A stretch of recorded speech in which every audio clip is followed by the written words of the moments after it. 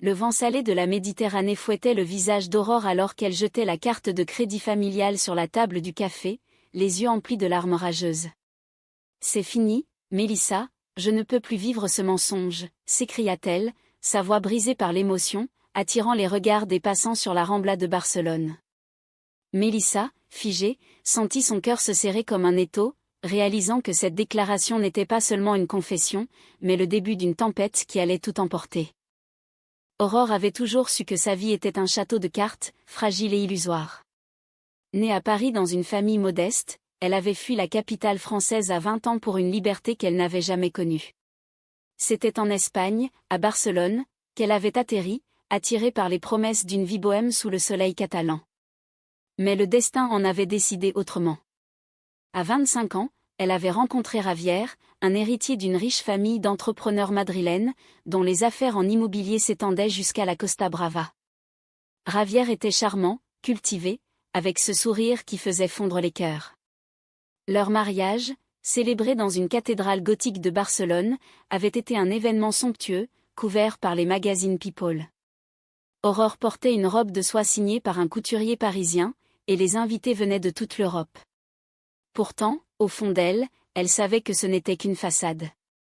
Javier l'aimait sincèrement, mais Aurore, elle, n'avait jamais pu l'aimer en retour comme une épouse le devrait. Son cœur battait pour les femmes, un secret qu'elle avait enfoui depuis l'adolescence, terrifiée par le jugement de sa famille conservatrice. C'est lors d'une exposition d'art contemporain à la Fondation Miro que tout avait basculé. Mélissa était là, une artiste française expatriée, originaire de Lyon, venue à Barcelone pour fuir un passé douloureux. À 28 ans, elle peignait des toiles abstraites inspirées par les paysages méditerranéens, mélangeant les bleus intenses de la mer avec les ocres des terres catalanes. Ses cheveux noirs courts et bouclés encadraient un visage aux traits fins, marqué par une cicatrice discrète sur la joue gauche, souvenir d'un accident de vélo dans sa jeunesse. Ses yeux bruns, profonds comme des puits, reflétaient une sensibilité à fleur de peau. Aurore, venue seule à l'exposition pour échapper à une soirée mondaine avec Javier, avait été captivée par une de ses œuvres, un tourbillon de couleurs représentant la passion interdite. Elles avaient discuté pendant des heures, riant des absurdités de la vie d'expatriée, partageant des anecdotes sur Paris et Lyon. Ce soir-là, un baiser volé dans les jardins de la Fondation avait scellé leur destin. Depuis 2 ans, leur relation était un secret bien gardé. Aurore, mariée et intégrée dans la haute société espagnole, utilisait l'argent de la famille de Javier pour entretenir Mélissa. Des bijoux de chez Cartier, des sacs Hermès achetés lors de voyages à Paris, des week-ends dans des villas luxueuses à Ibiza. « C'est pour toi, mon amour », murmurait Aurore en offrant ses cadeaux, ses lèvres effleurant celles de Mélissa. Mais chaque présent était teinté de culpabilité. Javier, occupé par ses affaires, ne remarquait rien, ou du moins le croyait-elle. Il voyageait souvent entre Madrid et Barcelone, laissant Aurore libre de ses mouvements. Mélissa, de son côté, acceptait ses luxes avec un mélange de joie et d'inquiétude. « Aurore, est-ce que ça vaut la peine ? Ton mariage, disait-elle parfois, mais Aurore la faisait taire d'un baiser passionné. La vie à Barcelone offrait un cadre idyllique pour leur amour clandestin. Les promenades le long de la plage de la Barceloneta, où les vagues venaient lécher leurs pieds nus, étaient des moments de pure félicité. Mélissa racontait ses rêves d'exposition à Paris, tandis qu'Aurore confiait ses regrets d'avoir abandonné ses études de littérature pour une vie de femme au foyer aisé. « J'aurais pu être professeure, enseigner Baudelaire ou Rimbaud », disait Aurore avec nostalgie. Mélissa la serrait alors dans ses bras, chuchotant « Tu es plus que ça, tu es ma muse ». Leur amour était intense, fait de caresses volées dans des ruelles étroites du Bari gothique, de dîners romantiques dans des tapas-bars cachés, où le vin rouge coulait à flots et où les guitares flamenco résonnaient comme un écho à leur passion. Pourtant, les fissures commençaient à apparaître. Javier, sentant un éloignement, avait multiplié les attentions, fleurs livrées à domicile, invitations à des galas. Aurore feignait l'enthousiasme, mais son cœur était ailleurs. Un soir, lors d'un dîner familial à Madrid, la belle-mère d'Aurore, une femme autoritaire nommée Isabella, avait scruté son visage avec suspicion. « Tu sembles distraite, ma chère. Est-ce que tout va bien avec Javier ?» Aurore avait souri, mais intérieurement, elle paniquait. Isabella gérait les finances familiales avec une main de fer, et Aurore savait que ses dépenses extravagantes pour Mélissa pouvaient attirer l'attention. Mélissa, quant à elle, luttait avec ses propres démons. Issue d'une famille ouvrière lyonnaise, elle avait fui une relation abusive avec une ex-petite amie qui l'avait laissée briser. Barcelone représentait un nouveau départ, mais l'amour pour Aurore la rendait vulnérable. « Je ne veux pas être la cause de ton malheur », confiait-elle lors de leur nuit ensemble dans l'atelier de Mélissa, un loft industriel dans le quartier de Poblenou. Aurore la rassurait, mais au fond, elle savait que leur idylle était menacée. Le point de non-retour arriva lors d'un voyage à Paris. Aurore avait prétexté un rendez-vous avec d'anciennes amies pour s'échapper avec Mélissa. Elle flânait main dans la main le long de la Seine, visitant les librairies de Saint-Germain-des-Prés. Aurore acheta un collier en diamant chez un joaillier de la place Vendôme, utilisant la carte familiale. « Pour toi, ma chérie, symbole de notre éternité », dit-elle en le passant autour du cou de Mélissa. Mais à leur retour à Barcelone, un appel de Ravière changea tout. « Aurore, Isabella a vu les relevés bancaires. Elle veut des explications. » Aurore raccrocha le téléphone, le cœur battant la chamade. Ravière semblait calme, mais elle connaissait ce ton, une tempête se préparait. Mélissa, qui avait entendu la conversation depuis la cuisine de son atelier, s'approcha, inquiète. « Qu'est-ce qui se passe ?» Aurore se tourna vers elle, les yeux embués. « Ils savent pour les dépenses. Pas pour nous, pas encore, mais ça viendra. » Mélissa la prit dans ses bras, et elles restèrent ainsi, enlacées, dans le silence lourd de l'atelier où les toiles inachevées semblaient les observer. Les jours suivants furent un tourbillon d'angoisse. Aurore évitait Ravière, prétextant des migraines pour rester cloîtrée dans leur appartement luxueux du quartier de l'Eixample, avec vue sur la Sagrada Familia. Ravière, patient mais suspicieux, multipliait les questions. Ces achats à Paris, c'était pourquoi? Des cadeaux pour tes amis? Aurore mentait avec habileté, mais chaque mensonge creusait un fossé plus profond. Isabella, la matriarche, arriva de Madrid comme un ouragan. Âgée de 60 ans, avec ses cheveux teints en noir corbeau et son regard perçant, elle incarnait l'autorité familiale. « Aurore, ma chère, nous devons parler », dit-elle d'un ton glacial lors d'un déjeuner tendu. Elle sortit un dossier de relevés bancaires, pointant du doigt les transactions exorbitantes. « Cartier, Hermès. C'est indigne d'une femme de notre rang. Ravière mérite mieux. » Aurore sentit la panique monter. Elle balbutia des excuses, invoquant un besoin de se sentir vivante dans cette vie monotone. Mais Isabella n'était pas dupe. « Il y a quelqu'un d'autre, n'est-ce pas ?» Aurore nia, mais son visage la trahit. Ce soir-là, Ravière confronta Aurore dans leur chambre. « Dis-moi la vérité, Aurore. Je t'aime, mais je ne supporterai pas le mensonge. » Les larmes coulaient sur les joues d'Aurore. Elle avoua tout, son amour pour les femmes, sa relation avec Mélissa, les cadeaux financés par l'argent familial. Ravière, blême, quitta la pièce sans un mot, claquant la porte derrière lui. La trahison était consommée. Ravière, blessée dans son orgueil, se tourna vers Isabella pour du soutien. La famille, conservatrice et catholique, réagit avec horreur. « C'est un scandale », tonna Isabella. Ils décidèrent de couper les vivres à Aurore, gelant ses comptes et exigeant une séparation immédiate. Aurore, dévastée, se réfugia chez Mélissa. « Je n'ai plus rien », sanglota-t-elle dans les bras de son amour. Mélissa, forte malgré sa propre peur, la consola. « Nous avons nous, c'est tout ce qui compte. » Mais les conflits ne s'arrêtèrent pas là. Ravière, rongée par la jalousie, engagea un détective privé pour en savoir plus sur Mélissa. Il découvrit des photos d'elles ensemble, des preuves irréfutables. Furieux, il confronta Mélissa directement, se rendant à son atelier un après-midi pluvieux. « Vous avez détruit mon mariage », cria-t-il, les poings serrés. Mélissa, tremblante mais déterminée, répondit « Ce n'est pas moi qui l'ai détruit, c'est le mensonge dans lequel Aurore vivait. Elle m'aime, et je l'aime. » Ravière partit, mais pas sans promettre des représailles. La haute société barcelonaise bruissait de rumeurs. Aurore, autrefois admirée pour son élégance parisienne, devint une paria. Des amis la snobaient lors des soirées, et Isabella répandait des calomnies sur son compte. Mélissa, de son côté, vit ses expositions annulées par des galeries influencées par la famille de Ravière. « Il nous ruine », murmura Mélissa un soir, alors qu'elle marchait dans les rues sombres du Raval. Aurore, serrant sa main, répondit, « Tant pis pour le luxe. Notre amour vaut plus que tout l'or du monde. » Malgré les épreuves, leur lien se renforçait.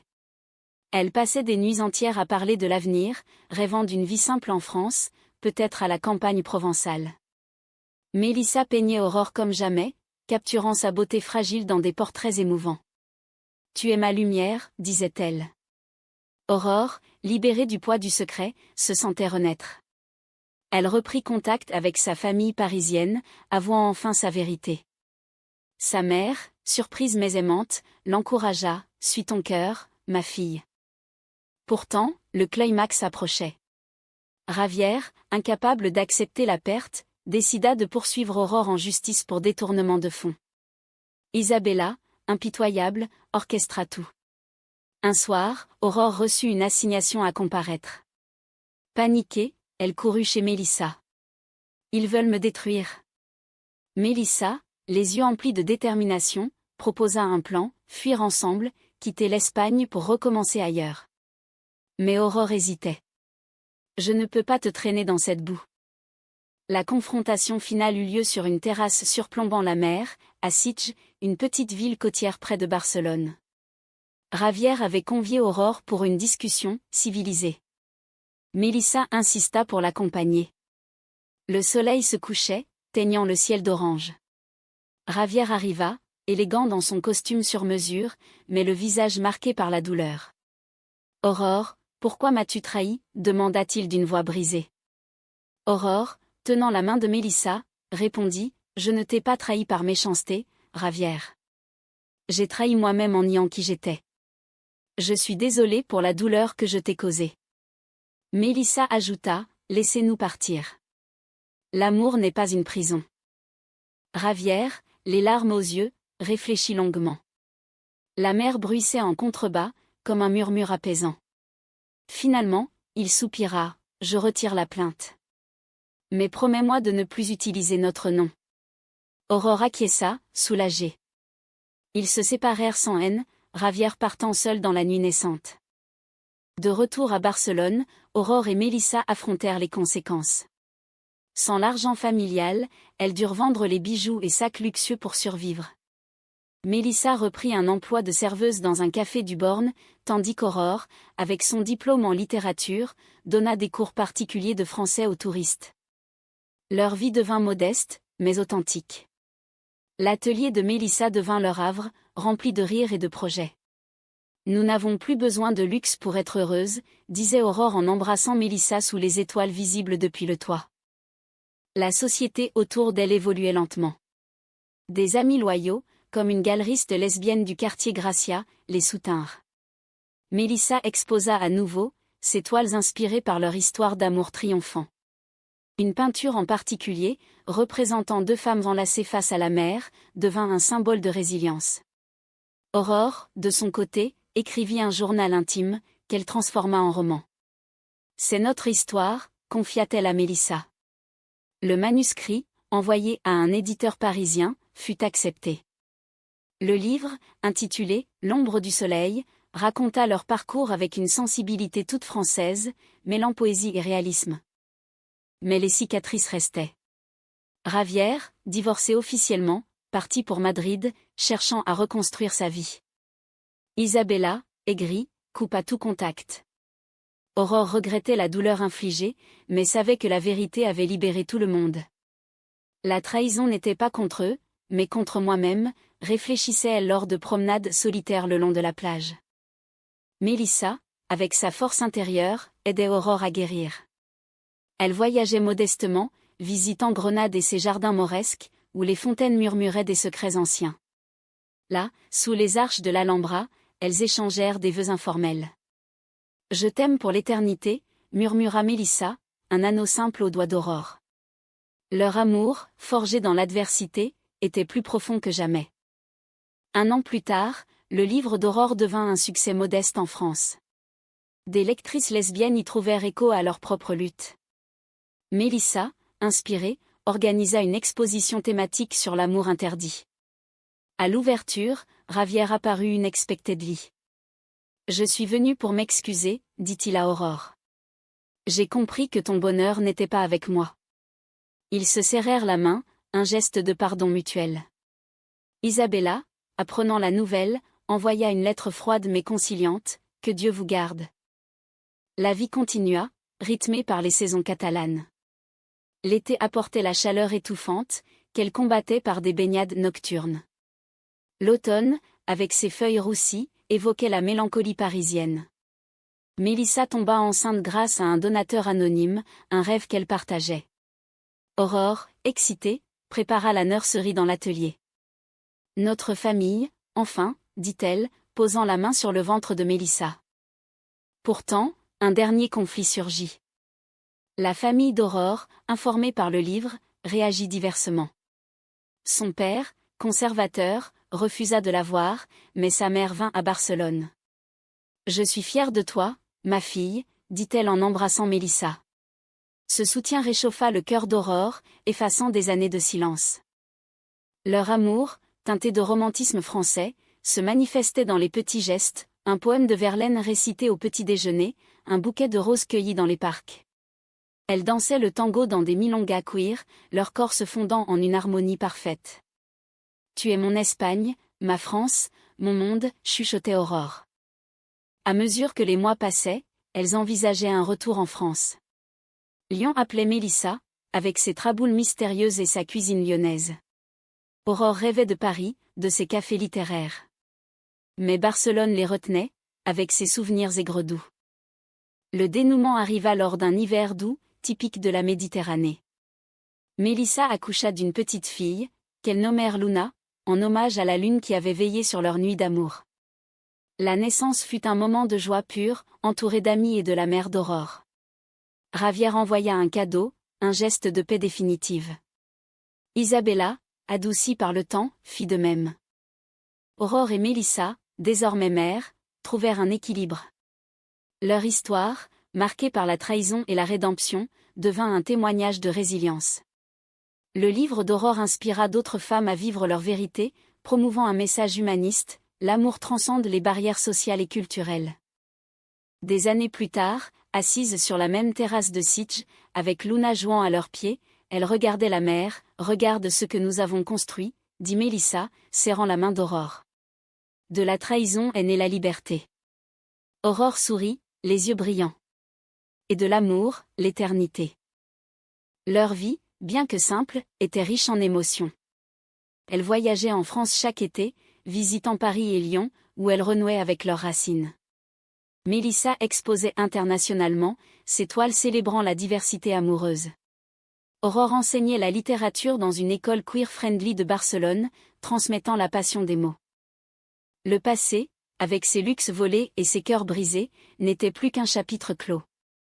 Javier avait refait sa vie avec une femme compréhensive, et Isabella, à la retraite, avait appris la tolérance.